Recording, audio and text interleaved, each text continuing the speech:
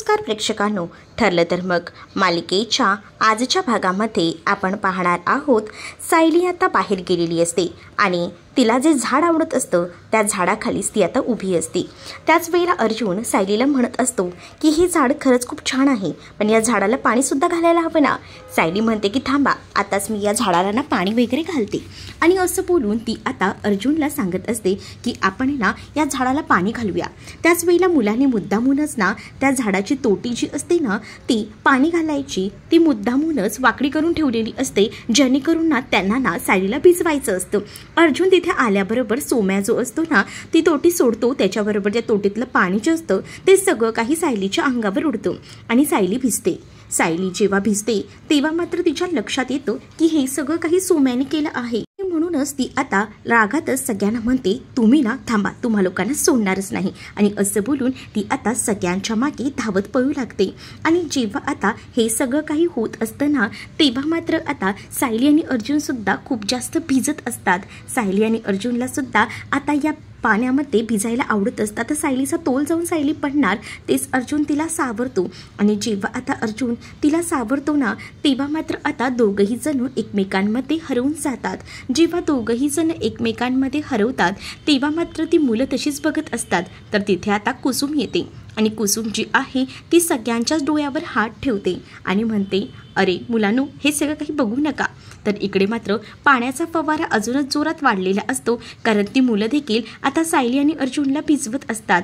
तर आता कुसुम म्हणत असते की बापरे, किती भिजलायत तुम्ही दोघं, जा बरं पटकन आवरून घ्या, फ्रेश व्हा, नाहीतर असंच भिजून राहाल ना तर सर्दी पकडेल. तर इकडे मात्र सायली विचार करते की माझ्याकडे तरी आश्रमातला ड्रेस आहे, पण अर्जुनकडे कुठे कपडे आहेत, अर्जुनकडे तर कपडेच नसतात. तर सायली म्हणत असते की होईल सगळं ॲडजस्ट, चला. आणि असं बोलून ती आता त्याला आतमध्ये घेऊन जाते. तर दुसरीकडे मात्र आता जो महिपत असतो त्यांनी आता साक्षीसाठी डब्बा आणलेला असतो. दाराला म्हणतो की तुला काय वेगळं सांगायला हवं का, चल पटकन दार उघड. आणि त्याला दार उघडायला सांगितलं जातं. तर दुसरीकडे मात्र आता पाहायला मिळतो की जी प्रिया असते ती बाकड्यावर बसलेली असते. तर तिला सांगितलं जातं की चल उतर खाली, आणि त्यामुळे आता गुपचूपपणे तिला खाली उतरावंच लागतं. आणि जेव्हा ती खाली उतरते ना तेव्हा मात्र आता इकडे जो महिपत असतो तो तिथे असणाऱ्या या साक्षीला खाली बसवतो आणि साक्षीला म्हणत असतो की काय झालं आहे, इतकी नाराज का आहेस तू. त्यावर साक्षी म्हणते, मग काय करू तरी काय, ते तरी मला सांगा ना, मला ना आता समजतच नाही आहे, कारण मी सगळीकडनं हरली आहे, तुम्ही मला इथून कधी सोडवताय ते सांगा.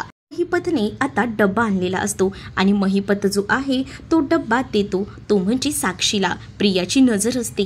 प्रिया म्हणते की इथे नुसतं मचूळच खायला लागते, कसलं ते डाळ भात, त्याला धड चवही नाही. सायलीच्या हाती तरी घरी खूप छान छान काय काय खायला मिळायचं, पण इथे आल्यापासून सगळ्याचीच वाट लागली आणि हिला इतकं चांगलं जेवण आले नाही, हे तर आता आपण सोडायला नको, असाच ती विचार करत असते. तर दुसरीकडे मात्र साक्षी म्हणत असते की तुम्हाला जर मला इतकं चांगलं जेवण घालायचंच आहे ना खाऊ, तर इथे घालू नका, मला ना तुम्ही घेऊन चला, मला इथे नाही राहायचंय, असं देखील ती आता म्हणत असते. ती म्हणते की ती दामिनी तिने तर केस सोडली ना, मग आपलं काय, आपली केस कोणता वकील घेणार आहे ते तरी मला सांगा, म्हणजे माझा सुटकेचा मार्ग कधी होणार आहे हे तर कळू दे. जोपर्यंत मी इथून सुटत नाही ना तोपर्यंत मी काहीही खाणार नाही, मला काहीच नकोय. तुम्हाला जे काही द्यायचंय ना मला, ते सगळं घरी घेऊन जा आणि मग मला खाऊ घाला, मला इथे काहीच नको, असं देखील आता साक्षी सांगत असते. महिपत साक्षीला समजावतो आणि म्हणत असतो की मी तुझी लवकरात लवकर इथून सुटका करणार आहे, तू काळजी करू नकोस.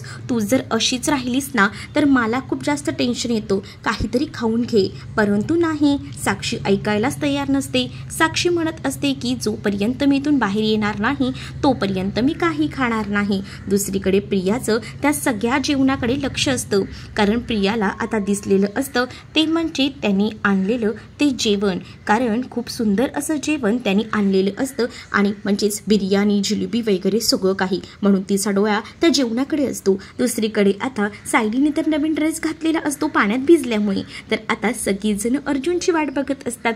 अर्जुनला ना मधुभाऊंनी त्यांचे कपडे घालायला दिलेले असतात, तो म्हणजे झब्बा. आता सगळेजण अर्जुन कधी येत आहेत ना त्याची वाट बघत असतात. तर अर्जुन अला बाहेर या ना जावई बापू असे सुद्धा आता म्हटलं जातं. तेवढ्यातच अर्जुन कसा बसा तो झब्बा घालतो आणि त्याला ना धड नॉटही नसतो. त्या झब्ब्याच्या खाली जो पायजमा घातलेला असतो ना त्याला नॉट नसल्यामुळे आता मात्र खूप जास्त जी काही फजिती झालेली असते ती आता अर्जुनची होत असते. कारण सगळीच जण त्याला हसत असतात आणि त्याचा पायजमा त्याचा नॉट न लागल्यामुळे त्याने आता तो पायजमा तसाच धरून ठेवलेला असतो आणि त्यामुळेच आता सगळ्यांनाच हसू येत असतं. सगळीजण हसून हसून एकदम वेडे झालेले असतात. तर इथे मात्र जे आता मधुभाऊ असतात ते तर म्हणत असतात की तुम्ही ना या झब्ब्यामध्ये जावई बापू एकदमच भारी दिसताय. त्यावर आता अर्जुन सुद्धा म्हणत असतो की हो हो मला सुद्धा ना तुमचा हा झब्बा घातल्यापासून ना असं वेगळंच फिलिंग आलंय, म्हणजे एकदम असं शूरवीर असल्यासारखं मला वाटतंय, असं काहीसं तो म्हणतो. तर दुसरीकडे मात्र आता जेवणाची तयारी झाली आहे का, कधीही माझ्या सासरची मंडळी इथे येतील असं देखील आता सायली म्हणत असते. आणि सायली कुसुम यांना सांगू लागते की कधीही ही लोक येतील पण माझ्या घरच्यांना म्हणजेच खास करून बाबांना ना जेवून झाल्यानंतर गोडाचं लागतं, तर गोडाचं सुद्धा बनवलं आहे ना. तर तेवढ्यातच आता तिथे प्रताप आणि त्याचसोबत तिथे प्रतिमा आणि रविराज आलेली असतात. त्यांना तिथे येऊन बघितल्यानंतर मात्र आता सायलीला आनंद होतो. पण सायलीला असं वाटत असतं की पूर्णाची कल्पना आणि त्याचसोबत अस्मिता यांनी सुद्धा यायला हवं. खरं तर पूर्णाची आणि अस्मिताला सायलीला सरप्राईज द्यायचं असतं म्हणून ते पुढे आलेले नसतात. मात्र रविराज आता हा सगळा अवतार बघून अर्जुनचा खुश होतात आणि म्हणतात की हे जे काही घातलंयस ना त्यामध्ये तर एकदमच भारी दिसतोयस, आणि असं बोलून सगळीच जण आता त्यांच्याकडे पाहून हसू लागतात. तर इकडे मात्र आता अर्जुन हसताना त्याच्या हातात ना तो पायजमा सुद्धा सुटणार असतो, पण तो कसा बसा सगळा काही सावरतो. कारण त्याला तर माहिती आहे जर माझा पायजमा सुटला तर काय होऊ शकतं ते. तर दुसरीकडे आता सायलीला पूर्णाची आवाज देऊ लागतात. पण सायलीला असं वाटतं की नाही माझा हा काहीतरी भास आहे, इथे नसतील आलेलं कोण. परंतु पुन्हा एकदा आवाज येतो सायलीला पूर्णाजींचा. त्यामुळे आता सायली जी आहे ती बाहेर जाऊन बघते तर काय खरंच तिथे पूर्णाजी आलेल्या असतात. आणि पूर्णाजी आणि त्याचसोबत अस्मितासुद्धा. तर सायली प्रताप यांना विचारते की खरंच पूर्णाजी आले आहेत का, की मला भास होतोय. प्रताप म्हणतात की खरंच तुझ्या आवडीच्या व्यक्ती येणार नाही असं होतील का, बघ जा बाहेर जाऊन. सगळीच जण आलेली आहेत. आणि जेव्हा सायली बाहेर जाते आणि पाहते तर काय तिथे आता पूर्णाजी आणि अस्मिता आलेल्या असतात. पूर्णा आणि अस्मिताला बघून सायली तर खूप जास्त खुश झालेली असते आणि सायली धावत पळत आता पूर्णाजींकडे जाते. सायलीला तर आता तिच्या डोळ्यांवर विश्वासच बसत नसतो की पूर्णाजी तिला भेटायला आलेले आहेत. आणि त्यामुळेच आता सायली लगेचच पूर्णाजींना जाऊन घट्ट मिठी मारते. पण तिला तिथे कल्पना दिसत नाही. तर पूर्णाजी सायलीला म्हणतात की मी आली तर तुला आनंद झाला ना. तर सायली म्हणते की हो खूप जास्त, मला तर विश्वासच बसत नाहीये की तुम्ही आलायत. आणि ती आता पूर्णाजींना म्हणत असते की मला खूप जास्त आनंद झालाय, तो आनंद कसा व्यक्त करू ना मला समजतच नाहीये असं देखील ती म्हणते. तर दुसरीकडे मात्र आता अस्मिताला सुद्धा ती मिठी मारत असते. सायलीला अस्मिता म्हणते की हो हो पुरेपुरे हां मला कळतोय तुझा आनंद, पण मी ना इथे आता ननंदबाईंचा हक्क दाखवायला आली आहे, मला सुद्धा मानपान हवाय हां. सायली म्हणते की देणार ना, देणार मानपान. त्याच वेळेला आता सायलीचं लक्ष कल्पना आली का याकडे चालू असतं. म्हणजेच ती इकडे तिकडे नजर फिरवत असते आणि पाहत असते की कल्पना आली आहे का, पण कल्पना काही नसते. त्यामुळेच आता सायलीची चलबिचल होते. परंतु पूर्णाजी तिला म्हणतात की नाही आली ग कल्पना, चला आपण आतमध्ये जाऊया. तर दुसरीकडे आता सगळेजण आतमध्ये जातात. तेव्हा मात्र आता मधुभाऊ सगळ्यांचेच आभार मानतात आणि तुम्ही सगळीजण माझा मान ठेवून इथे आलात ना मला बरं वाटलं. तर त्याच वेळेला आता सायली जी आहे ती सगळ्यांनाच म्हणत असते की चला आपण आता जेवणाला सुद्धा सुरुवात करूया. सायलीने ना खरं तर ना सगळ्यांसाठी गुलाबाची फुलं आणलेली असतात. त्यांचं वेलकम करण्यासाठी सायलीने एकदम जोरात तयारी केलेली असते. आणि त्याच वेळेला आता सगळीजण सायलीची माफी मागतात. सायलीला म्हणत असतात की आय एम सॉरी. सगळ्यांनीच अक्षरशः कानही धरलेले असतात. तर आता सायली भाऊक होते आणि सायली म्हणत असते की काय झालं आहे तुम्हा सगळ्यांना. त्याच वेळेला आता रविराज त्याचसोबत प्रताप सांगतात की आम्ही ना ओळखण्यात तुला चूक केली, म्हणजे इतके दिवस आम्हाला वेगळंच काहीतरी वाटत होतं, पण खरंच तू वेगळीच निघालीस. आमची खूप मोठी चूक झाली की तुला आम्ही ओळखायला चुकलो, असं देखील आता ते सगळेच जण सायलीला म्हणत असतात. तर सायलीला आता अश्रू दाटून आलेले असतात. सायली म्हणत असते तुम्ही सगळीजण आता बस ना, पुरे करा ना, मला रडवू नका बरं, असं बोलून ती आता डोळ्यामध्येच तिला पाणी आलेलं असतं. तर दुसरीकडे मात्र आता पाहायला मिळतो की इथे मात्र सगळीजणं तिला सॉरी बोलतात आणि त्याच वेळेला आता ती सगळीजणं म्हणतात की आम्हाला अजून एका व्यक्तीला सॉरी म्हणायचं आहे. तर ती व्यक्ती दुसरी तिसरी कोणी नसून मधुभाऊसुद्धा असतात. मधुभाऊंचे सुद्धा आता सगळीजणं आभार मानू लागतात. खरं तर मधुभाऊंनी आतापर्यंत सगळ्यांनाच पटवून दिलेलं होतं की त्यांनी हे सगळं काही केलेलं नाही आहे. तरीसुद्धा मधुभाऊंना किती सगळ्यांनीच म्हणजे सुभेदारांनी नावं ठेवलेली होती. म्हणूनच आता सुभेदार सगळे कुटुंबाचे असतात ते मधुभाऊंना सुद्धा सॉरी बोलत असतात आणि ते म्हणतात की आम्हीच ना माणसं ओळखायला चुकलो, पण आता नाही, इथून पुढे आम्ही कधीही चुकणार नाही. आणि त्याच वेळेला आता इकडे मात्र जी पूर्णाची असते ती सुद्धा आता सायलीला मिठी मारते आणि ती म्हणत असते की आम्हाला खरंच आम्ही खूप भाग्यवान आहोत म्हणून इतकी चांगली नाचसून मला मिळालेली आहे. तर मधुभाऊसुद्धा म्हणत असतात की तुम्ही सगळ्यांनी आम्हाला ॲक्सेप्ट केलं, त्यातच आमचं सगळं काही आलं. तुम्ही सगळीजणं सॉरी बोलू नका प्लीज. पूर्णाची तुम्ही मान देऊन इथपर्यंत आलात ना, यातच मी धन्य झालो, असं देखील पूर्णाजीला आता मधुभाऊ बोलू लागतात. त्यावेळेला आता मधुभाऊंचे डोळेसुद्धा पाणावलेले असतात, कारण सायलीचं सासरची मंडळी जे असतात ते पहिल्यांदाच आलेली असतात. तरीसुद्धा सगळेजण आता मधुभाऊंना आणि सायलीला सॉरी म्हणत असतात. त्याच वेळेला आता सायलीचे डोळेसुद्धा पाणावलेले असतात. सायली सगळ्यांनाच म्हणते की प्लीज असं काहीच करू नका. आणि असं बोलून ती आता सगळ्यांनाच म्हणत असते चला आज खूप जास्त आनंदाचा दिवस आहे आणि सगळेच जण डोळ्यातनं पाणी आणून राहिले तर कसं चालेल. त्याच वेळेला सायलीने आता एक एक करून सगळ्यांनाच गुलाबाची फुलं दिलेली असतात, कारण तिला सगळ्यांचंच वेलकम करायचं असतं. सगळ्यांचं बोलणं वगैरे होतं.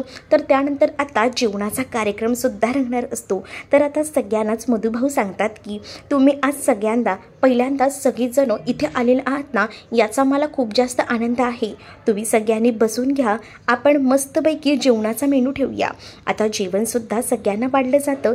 तर आधी पूर्णाची सायलीला भरवतात आणि त्याच वेळेला आता जेव्हा पूर्णाची सायलीला घास भरवतात तेव्हा प्रतिमासुद्धा सायलीला बोलावून घेते आणि सायलीला प्रेमाने घास भरवते. त्यावेळेला सायलीच्या डोळ्यातही पाणी आलेलं असतं आणि त्याचसोबत प्रतिमाच्या सुद्धा. त्यानंतर आता सगळेजण एक एक करून सायलीला एक एक घास भरवतात, कारण सायलीची आपली माणसं जवळ आलेली असतात. अस्मितासुद्धा चक्क सायलीला घास भरवते. त्याच वेळेला आता अर्जुनकडे लास्टचा घास खायल्यासाठी ती गेलेली असते.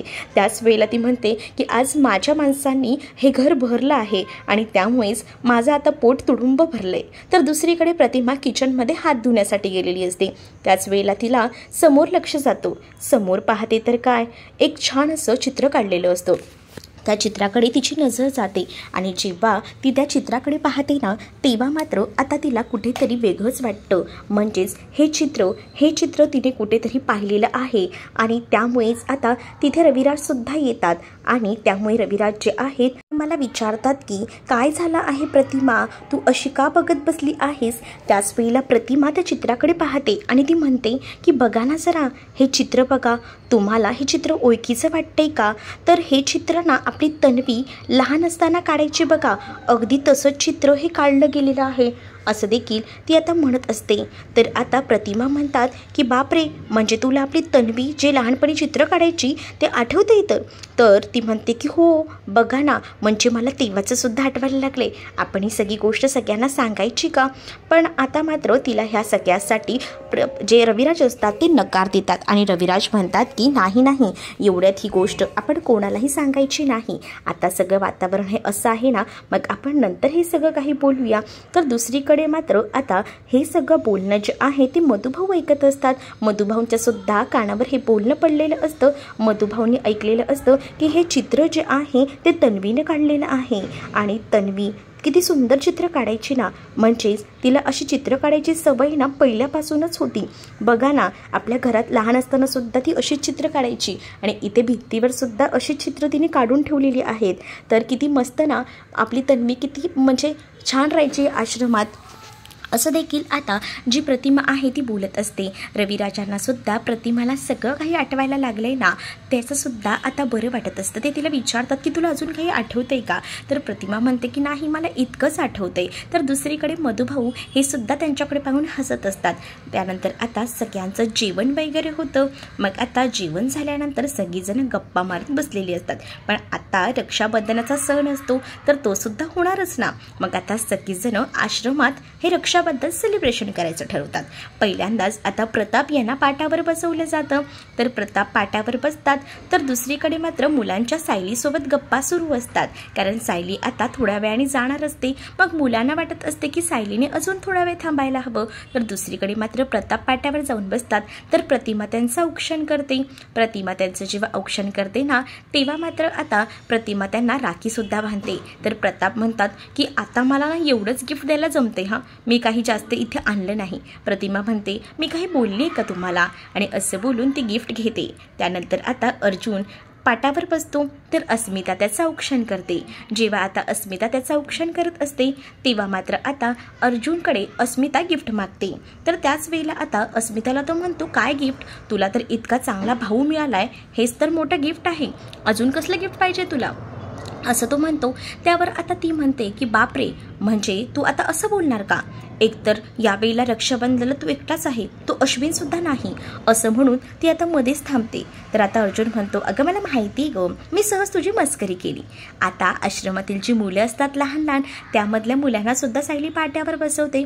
आणि त्याच वेळेला आता सायली त्यांचं औक्षण करून त्यांना सुद्धा राखी बांधते. दरवर्षीप्रमाणे सायलीने यावर्षी देखील मुलांना राखी बांधलेली असते. तर त्यानंतर आता निरोप समारंभ असतो. सगळीजण जायला निघालेली असतात. त्याच वेळेला पूर्णाची आता मुलांना म्हणत असतात की मुलांनो, पुन्हा एकदा कधीतरी या हा आमच्या घरी. पहिल्यांदा थोडा मला राग यायचा, पण नाही, आता मला बिलकुलही राग येणार नाही. हां, तुम्हाला जेव्हा तुमच्या सायलीताईची आठवण येईल ना, तेव्हा तुम्ही बिनधास्त माझ्या घरी या आणि मस्तपैकी मजा करा, आपण मग मस्त खेळूया, असं देखील आता त्यांना पूर्णाची जी आहे ती सांगू लागते. त्यावेळेला आता मुलांना सुद्धा आनंद होतो की आता सायलीच्या घरी आपल्याला जायला मिळणार म्हणून. तर दुसरीकडे मात्र आता सगळ्यांनाच इथे खूप जास्त आनंद झालेला असतो, कारण सायलीने सगळ्यांचंच आदरातिथ्य एकदम छान केलेलं असतं. त्यानंतर आता एक एक करून सगळीजण बाहेर जायला निघतात. तर इकडे मात्र आता कल्पना जर आली असती ना तर बरं वाटलं असतं, असं सायली पूर्णाजींना म्हणत असते. त्यावर पूर्णाजी म्हणतात की मला खात्री आहे, मी तुला वचन देते की तुला तुझी पहिल्याची आई जी आहे ना ती पुन्हा भेटेल, मी तुम्हा दोघींना जवळ आणेल, असं देखील आता पूर्णाजी सायलीला म्हणतात. त्यावेळेला सायली म्हणते खरंच का पूर्णाजी, तुम्ही आम्हा दोघींना जवळ आणाल का. तर पूर्णाजी म्हणते की हो, माझं वचन आहे तुला, मी तुम्हा दोघांना एकत्र आणीनच, असं देखील आता सायली जी आहे पूर्णाजींना म्हणते. तर सायलीला आनंद झालेला असतो की पूर्णाजी आणि त्यासोबत जे प्रताप असतात त्यांनी सायलीला एक वचन तर दिलेलं असतं की कल्पना आणि तिचं नातं पुन्हा पूर्ववत करणार आहेत म्हणून. त्यानंतर पूर्णाजी आणि प्रताप निघून जातात. तर सायली देखील आता म्हणत असते की चला आपणही निघूया का. तर मधुभाऊ म्हणतात की खरंच सायली तू आलीस ना बरं वाटलं, आणि असं ना अधूनमधून येत जा, तुम्ही सगळेजण आलात ना त्यामुळे आज खरंच खूप बरं वाटलं आणि आपल्या आश्रमाला शोभाही आली. आता सायली आणि त्यासोबत अर्जुन जो आहे तो घरी जायला निघतो. तर इकडे मात्र आता आश्रमात कुसुम जी आहे ती तिने आता सगळं सामान म्हणजेच जी काही पेटी असते ती आणून दिलेली असते. त्यामध्ये सायलीच्या सगळ्या लहानपणीच्या आठवणी असतात, तिचं शाळेतले सामान, त्यासोबत तिचे कपडे, हे सगळं काही त्यामध्ये असतात. आणि ती बॅग जेव्हा आता मधुभाऊ जे असतात ते बघतात, त्यामध्ये एक चित्रकलेची वही असते. जी चित्रकलेची वही मधुभाऊ उघडून पाहतात. आणि जेव्हा मधुभाऊ ती चित्रकलेची वही उघडून पाहतात ना तेव्हा मात्र त्यांना खूप जास्त आनंद होतो. आणि ते चित्रकला एक एक पाहत असतात. तर त्यामध्ये एक चित्र असतं, ते चित्र ना सेम भिंतीवर काढलेल्या चित्रासारखंच असतं. त्यावेळेला आता मधुभाऊंच्या लक्षात येतं की साऊने सुद्धा असं चित्र काढलंय आणि ह्यांच्या तन्वीने सुद्धा असं चित्र काढलेलं होतं. म्हणूनच ते आता ती वही घेऊन लगेचच किचनकडे जायला वळतात. तर आता ते किचनमध्ये जातात आणि ते चित्र आणि हे चित्र एकदम जोडून पाहतात की हे सेम चित्र आहे का. तर खरंच हे सेम चित्र असतं. त्यामुळे ते आता विचार करतात की हे नक्की काय आहे. म्हणजेच ती तर म्हणत होते, म्हणजेच प्रतिमा वहिनी आणि रविराज हे तर म्हणत होते की हे चित्र त्यांच्या तन्वीने काढलंय, म्हणजे प्रियाने, पण हे कसं होऊ शकतं, हे तर चित्र साऊने काढलं आहे, म्हणजे साऊ म्हणजेच तन्वी का, असाच कुठेतरी आता मधुभाऊ विचार करतात. आणि त्यांच्या डोक्यामध्ये आता तेच सगळं काही फिरत असतं. आता दुसरीकडे मात्र सायली जी आहे ती घरी पोचलेली असते आणि ती फ्रेश वगैरे होते आणि संध्याकाळ झालेली असते, म्हणून देवी समोर दिवा लावत असते. आणि देवी आईला म्हणत असते की आता सगळं काही नीट होणार आहे. देवी आई तुझ्या कृपेमुळे हे सगळं काही चांगलं होते असं बोलून ती देवी आई समोर हात जोडत असते. आणि तेवढ्यातच आता इकडे मात्र बासुरीचा आवाज येतो. बासरी वाजल्याचा आवाज आल्यानंतर सायली मागे वळून पाहते तर तिथे अर्जुन हा हॉलमध्ये बसलेला असतो आणि सुरेख अशी बासरी वाजवत असतो. एकदम मस्त असा बासरीची धुंद घरभर पसरलेली असते. आणि सायली जेव्हा जाऊन बघते तर काय, अर्जुन बासरी वाजवतोय. सायलीसाठी हे सगळं काही सरप्राईजच असतं, कारण सायलीला माहिती नसतं की अर्जुन बासरी सुद्धा वाजवतो ते. सायली आता तिथे जाऊन बसते आणि अर्जुनला म्हणते की किती छान वाटतंय हो, आणि तुमची ही कला तुम्ही माझ्यापासून इतके दिवस झाले लपवून ठेवली. तर अर्जुन म्हणतो मग बायको, कोणती ना कोणती कला तरी आपल्या बायकोपासून अशी लपवून ठेवायची असते. मग तुला आवडली का मी बासरी वाजवलेली? सायली म्हणते की खरंच खूप सुंदर अशी बासरी वाजवली हो तुम्ही. मला ना मन एकदम प्रसन्न झालं.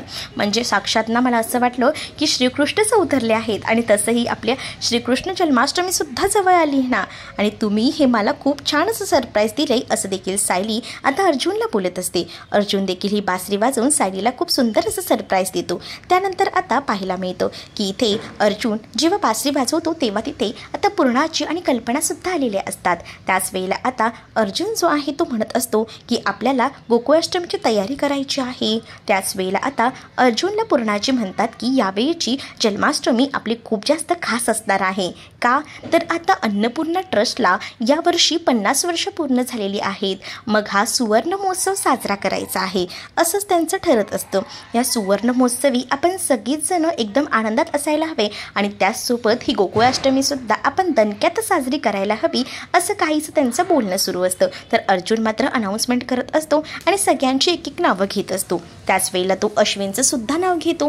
त्यावेळेला आता कल्पना पूर्णाची नाराज होतात, पण सायली त्या दोघींनाही समजावते आणि म्हणत असते की तुम्ही काळजी करू नका, या सुवर्ण महोत्सवी आपले अश्विन भाऊजी सुद्धा आपल्या सोबत असतील आणि तुम्ही काळजीच करू नका, सगळं काही नीट होणार आहे. या गोकुळाष्टमीला आपल्या बाबतीत सगळ्या काही गोष्टी छानच घडणार आहेत. तर इकडे मात्र सगळेजण खूप खुश असतात. तेवढ्यातच ढगात विजांचा कडकडाट होतो. तर आता सगळेजण पाहू लागतात. तर मालिकेचा पुढचा भाग खूपच जास्त इंटरेस्टिंग आहे तर तो आपल्या चॅनलवर थोड्याच वेळात अपलोड होईल. तोपर्यंत तुम्हाला हा भाग कसा वाटला हे मला कमेंटमध्ये सांगा. आणि व्हिडिओ आवडला असेल तर व्हिडिओला लाईक करायला विसरू नका आणि चॅनललाही सबस्क्राईब करा. चला तर मग पाहूया पुढचा भाग. तोपर्यंत टाटा बाय.